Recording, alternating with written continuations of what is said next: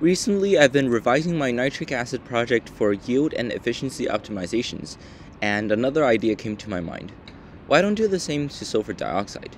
By using the same chromium oxide catalyst, sulfur dioxide can be oxidized to sulfur trioxide.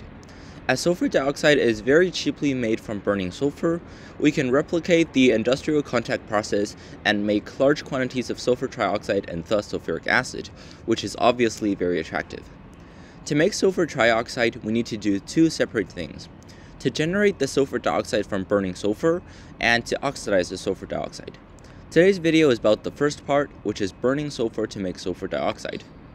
I set up a stainless steel U-shaped tube with a diameter of 2 cm as a combustion chamber and connected it to some tubes and a conical flask filled with water.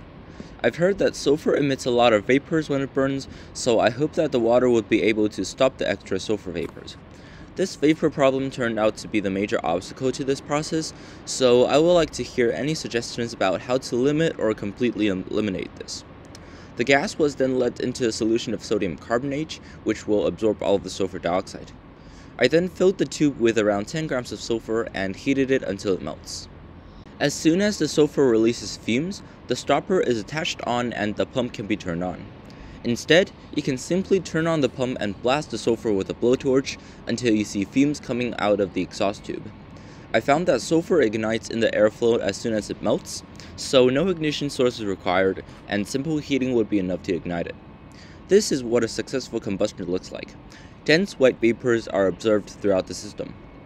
Note that this attempt is only a test on the production of sulfur dioxide, so the gas produced is immediately quenched in water and base instead of being passed through a catalytic bed.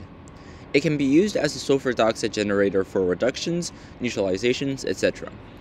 However, I found that the sulfur flame didn't sustain itself. I tried in transparent tubes such as this glass tube, and the sulfur readily ignites in the glass flow as evident by the blue flame. I then placed some catalyst in the tube and heated it to red hot, but nothing seems to be happening at all. Still, one good thing I found was that once molten, the sulfur would continue to burn until it completely burns out.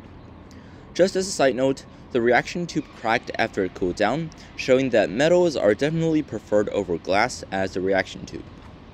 But anyways, now I'm still stuck at the major problem of sulfur vapor condensing in the tubes, and a minor problem of keeping the sulfur molten throughout the reaction. I also don't know if the second step, the oxidation, actually works to generate sulfur trioxide. So yeah, that was the result so far. I'd love to hear your suggestions in the comments. See you soon!